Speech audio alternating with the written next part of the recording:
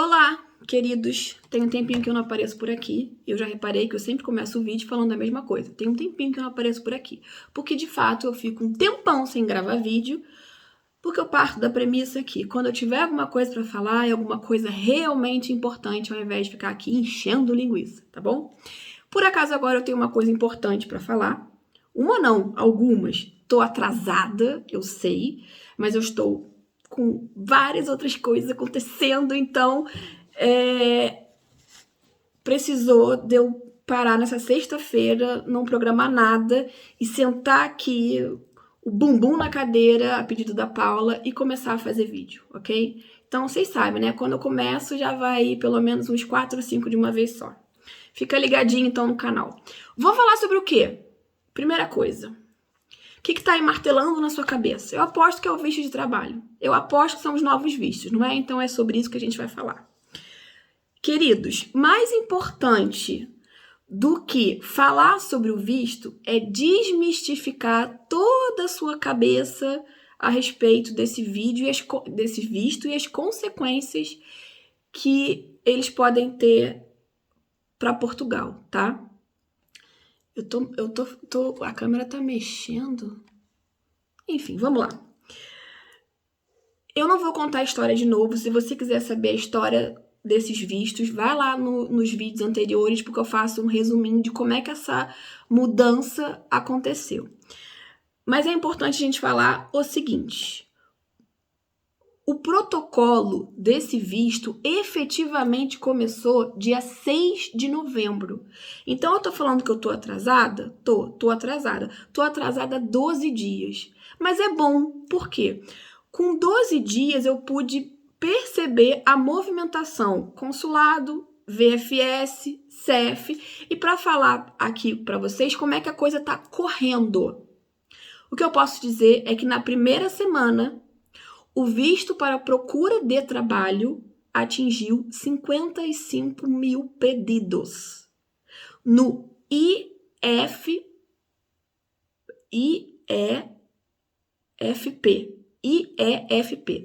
Instituto de Emprego e Formação Profissional. O processo do seu visto começa nesse local.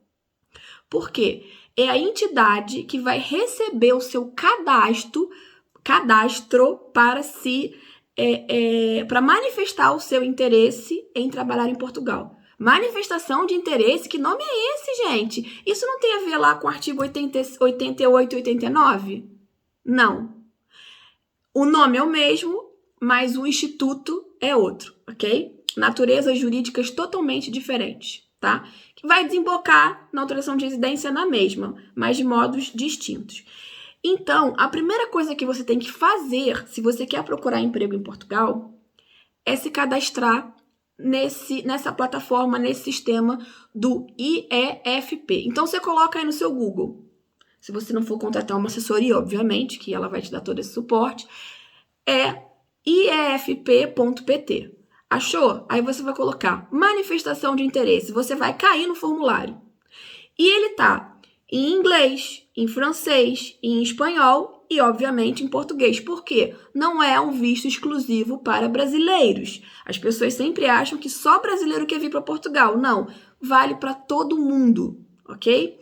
Então, uma vez que a pessoa se candidata naquelas oportunidades de emprego, se manifesta o interesse em trabalhar em Portugal, aí é que ela vai dar sequência ao pedido de visto através da VFS, ok? Um ponto interessante, isso é muito, muito, muito importante. O prazo desse visto é de 120 dias, então ele cai naquela situação de estada temporária, ok? Podendo ser estendido por mais 60 dias. Mas é essencial que a pessoa tenha 3 vezes o salário mínimo português, tá? Então, são 2.115 euros em dinheiro para poder solicitar esse visto. Priscila, qual é a sua percepção sobre isso? Significa que com 2.115 euros eu posso me candidatar? Não. não faça isso, ok? Por mais que seja aquilo que a lei previu, tá? E onde é que está previsto isso? Nossa, mas eu já olhei a legislação, a 23/2007. Querido, isso está na 7ª alteração do decreto 84/2007, que é o que regula procedimentalmente a lei que foi alterada a partir de 26 de agosto, ok? Então, vamos lá. Se você pega o artigo 12A, que é justamente o que aplica essa alteração, está dizendo o seguinte, no item 4, o pedido de visto para procura de trabalho é acompanhado do comprovativo de disponibilidade de recursos financeiros, no montante de pelo menos, olha que palavra, olha que termo interessante, 3 vezes o valor de retribuição mínima mensal garantida. 2 termos interessantes aqui. Mínimo mensal garantido e pelo menos. Qual a leitura que eu faço desse artigo? Eu tenho que ter 2.000, é a minha leitura, tá? Eu sei que vai haver pessoas que vão falar que não é isso. Mas se eu tô me disponibilizando a procurar emprego em Portugal, num momento como esse, em que as rendas, que é o que a gente chama de aluguel no Brasil, estão, pela hora da morte. Para você encontrar um apartamento, T1, a menos de 650 euros, olha, é porque veio um milagre e caiu do céu. T3, a menos de 900 euros, foi um segundo milagre. A maioria das pessoas tem feito o quê? Alugando um imóvel e dividindo os quartos. Quarto a custar 350 euros a 400. Nas grandes cidades, 500. 470, mais contas. O salário mínimo português é 705 euros. Eu não quero te dizer, eu não quero te armar, eu não quero que você fique assim, meu Deus, não vale a pena morar em Portugal. Vale. Mesmo diante desse quadro, eu entendo que vale, ok? Mas a leitura que eu faço do artigo, se você não vem passar necessidade, pega esse valor, tá? 2.115 euros e multiplica por pelo menos 4. Porque o seu visto, ele tem um prazo de 120 dias. Querido, o seu histórico é que você vem procurar emprego, certo? Portugal tem necessidade de mão de obra. O nível de desemprego aqui é baixíssimo comparado a outros países. E a gente tem uma perspectiva de mais de 50.000 vagas de turismo para o próximo ano. Isso é real. Então, se você vem com 2.115 vezes 4, a péssima notícia para você é que você precisa de 8.460 euros. Na minha percepção. Minha, da Priscila. Por quê? Se você apresenta isso como recurso, Portugal vai te olhar com outros olhos. A lei diz aqui, pelo menos, vou voltar, e mínimo mensal garantido. Então, se você vem com 4 vezes o mínimo mensal garantido, significa que, pelo prazo de 120 dias, que é a sua possibilidade de encontrar um emprego, você não vai passar dificuldades. Você não vai onerar o sistema social de Portugal. Você não vai ser mais uma pessoa para ser auxiliada pelo Caritas, ok? Desse ponto de vista, se você tem 8.460 euros, venha, Portugal te espera, ok? Vamos ultrapassar essa situação. E com relação ao nômade digital. Então, eu falei da pessoa que procura um contrato de trabalho, ok? Ponto 1. Quanto tem que ser a remuneração do nômade digital? A gente vai falar do que está na lei. O que está aqui na lei? Vamos lá, plá, plá, plá, plá, plá, plá. Cadê? Vamos descendo. Parecer obrigatório, deferimento por liminar, curta duração, trabalho sazonal. Vou descendo. Importante que eu estou me referindo isso a uma pessoa, não é uma família, ok?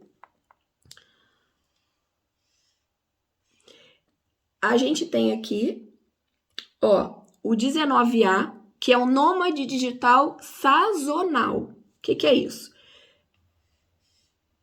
Visto de entrada temporária para exercício de uma atividade profissional independente de caráter temporário. É uma pessoa que vem trabalhar em Portugal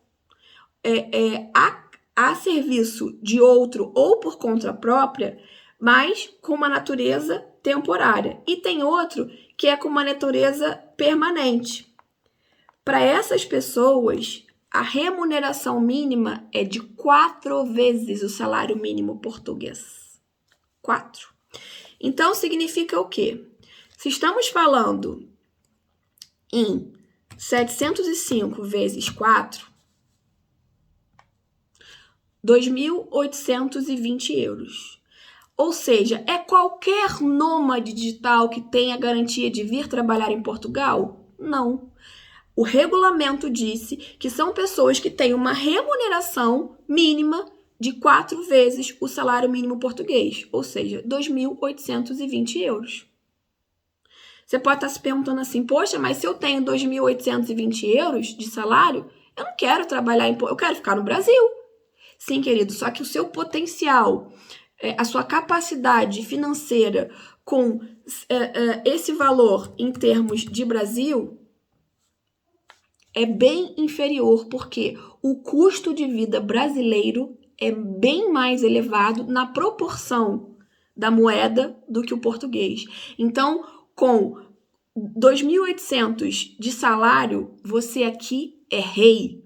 No Brasil, se você for contar IPVA, IPTU, seguro do carro, plano de saúde, mercado, lazer, eventuais viagens, você vai ver que esse teu valor fica muito aquém. Fora o estado de insegurança que nós vivemos no Brasil e que Portugal está entre os 10 países mais seguros para se viver no mundo, ok? Eu acho que ocupa, tá lá pela 4ª ou 5ª posição, tá bom? Vamos lá. Aqui...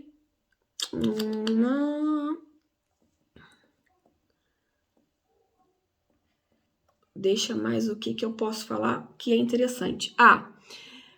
Uma outra alteração dessa legislação, e agora a gente está falando aqui de um terceiro visto. É aquele visto de estudo tradicional para a pessoa que está fazendo uma faculdade em Portugal.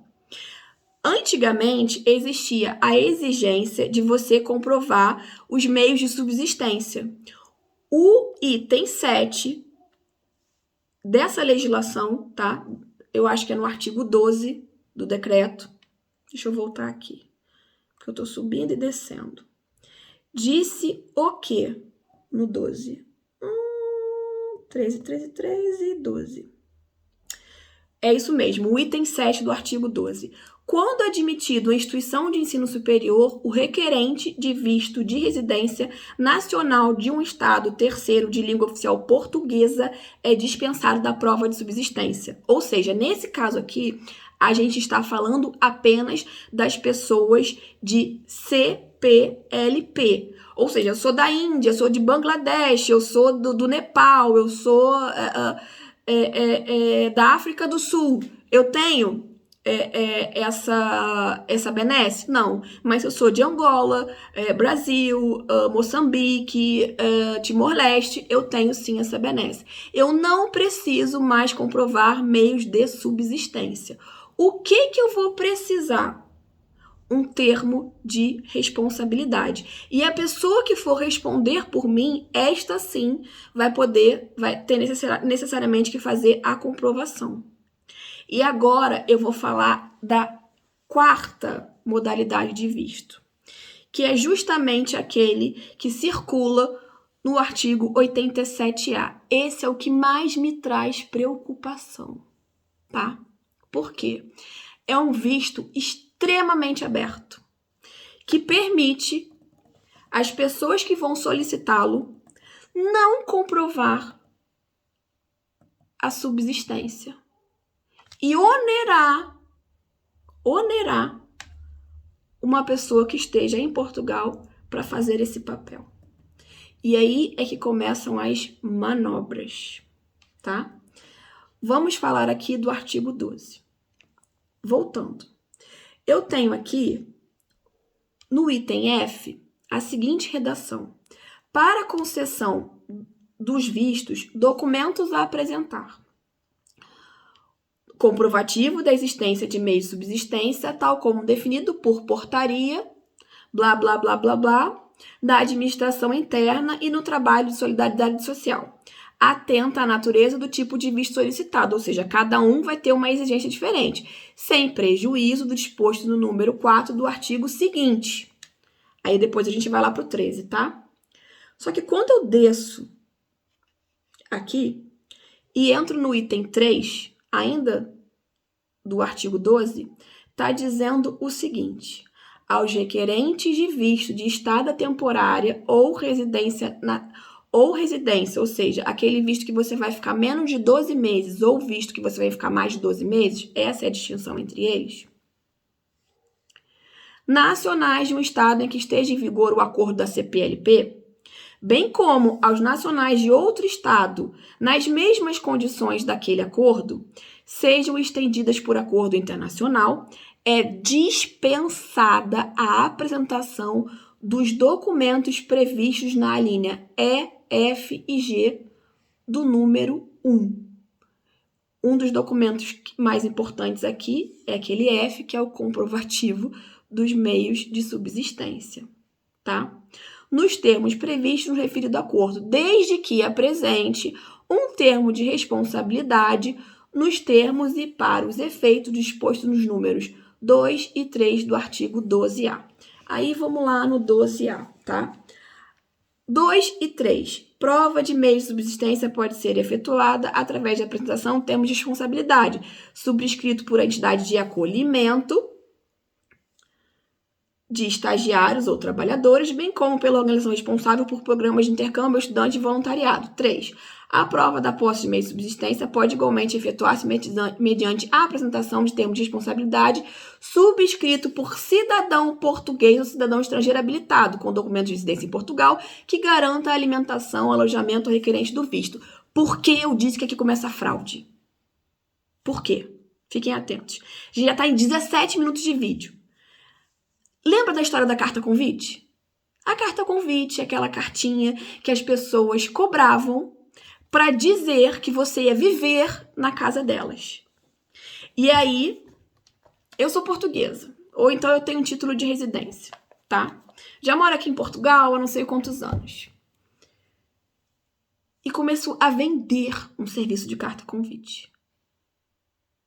E junto eu apresento o meu contrato de trabalho, a termo efetivo, ou seja, sem termo, eu sou funcionário daquela empresa há 10 anos, eu ganho 2 mil, mil e poucos euros, 3 mil, 4 mil reais, 4 mil euros, ok? Tô nessa condição.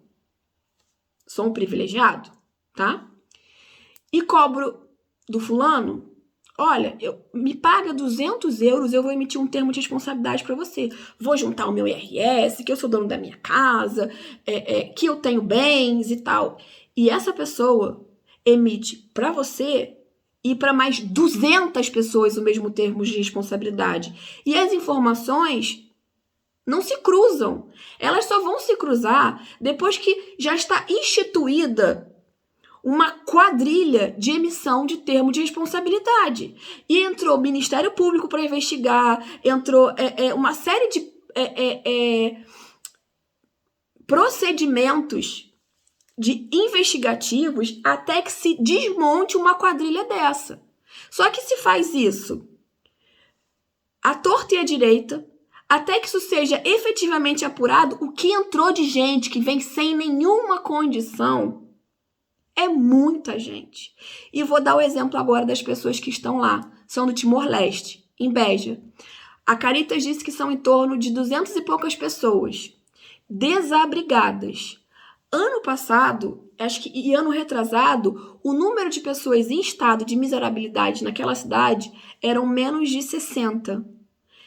A gente hoje tem quase 5 vezes o valor de 1 a 2 anos atrás. E por quê? Porque existem quadrilhas que se fazem valer dessas brechas da legislação para trazer uma mão de obra escrava para ser explorada em épocas de colheita. E depois que acaba o regime de colheita, essas pessoas são largadas na rua. Então, eu não sou a favor desse artigo 87A, que foi regulamentado a partir do decreto e permitiu. Agora, é claro, a gente quando faz uma legislação, a gente está pensando na melhor aplicação da lei. A lei é linda. A lei é linda. No entanto, a gente também tem que pensar no caráter social que isso pode causar na sociedade portuguesa, ok? De ter uma infinidade de pessoas em estado de mendicância porque nós estamos permitindo a fraude na comprovação de recursos. Por isso, querido, eu sempre vou bater na tecla. Se o Estado está dizendo para você que você precisa de uma vez o salário mínimo, traga 3, 4, 5. Se o Estado está dizendo para você que você precisa de 3 vezes o salário mínimo, traga 6, 9. Se o Estado está dizendo que você precisa de 4 vezes o salário mínimo, traga 10, 12. Essa é a minha percepção, para que você jamais entre num estado de necessidade, porque deve ser a pior coisa do mundo. Você está no seu país e você quer emigrar. Quando você vai emigrar, você vai ficar longe da sua família, da sua cultura, da sua prática de lazer, das suas referências nacionais, psicológicas, sociais. Tudo vai ser diferente. Você não precisa passar dificuldade. Então, queridos, quando eu falo isso, é de coração aberto. Portugal é maravilhoso. Maravilhoso. Eu amo Portugal. Mas não é um lugar perfeito, tá? Como eu acho que nesse mundo de meu Deus não tem nada, só o céu, né? E a gente só vai chegar lá quando morrer.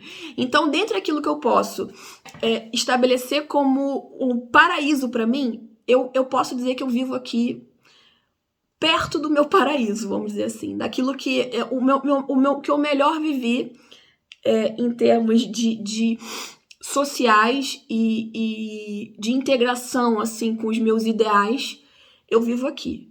É uma vida confortável? É perfeita? Não. Mas o meu processo foi um processo apurado para me mudar. Não foi atabalhoado. Existem pessoas que estão aqui em dificuldade. E por mais que não tenha sido uma dificuldade propriamente com a adaptação do país, são dificuldades financeiras, porque não vem com a devida programação.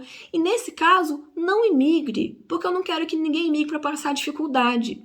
Ah, mas então você está dizendo que a imigração é uma coisa elitista.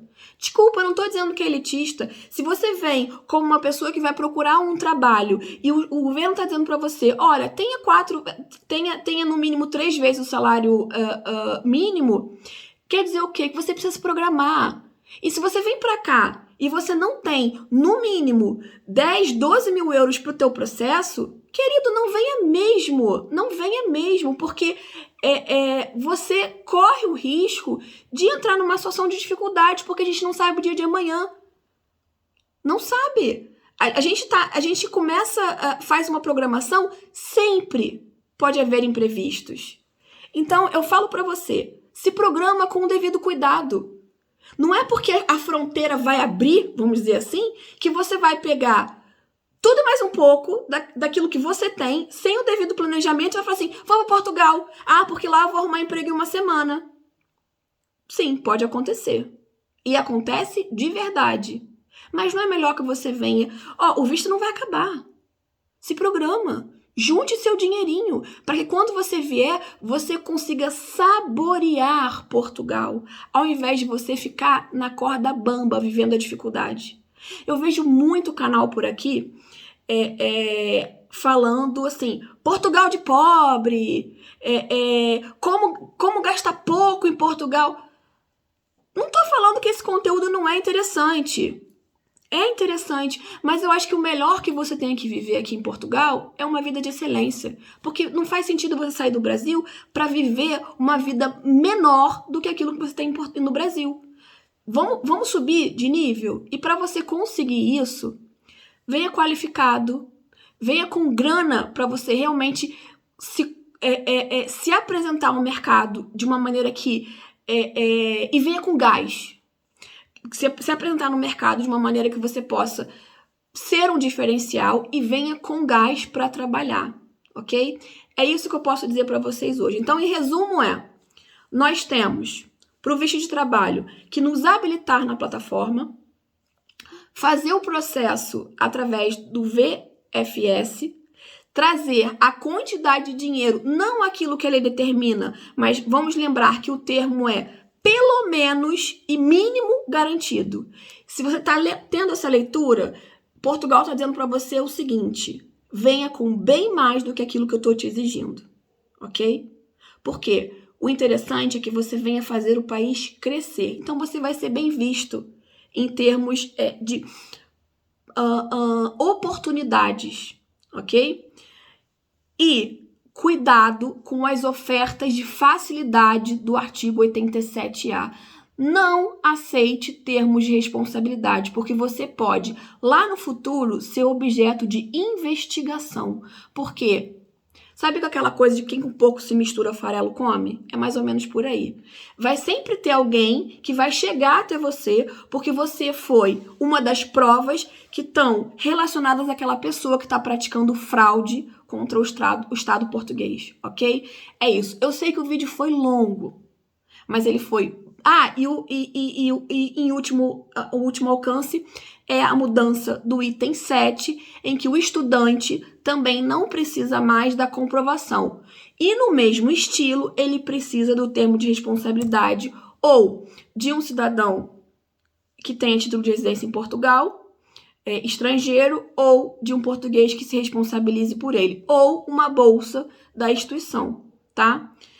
Eu vou trabalhar melhor esses vistos, ok? Mas foi a maneira que eu tive de fazer um apanhado geral do que está acontecendo, mas eu acho que para frente eu vou fazer eles mais esmiuçados, um de cada vez, ok? Mas temos mais vídeos para tratar hoje ainda e eu vou aproveitar que eu tô aqui maquiadinha, bonitinha, para gravar mais vídeos para vocês, tá bom? Beijinhos e até daqui a pouco.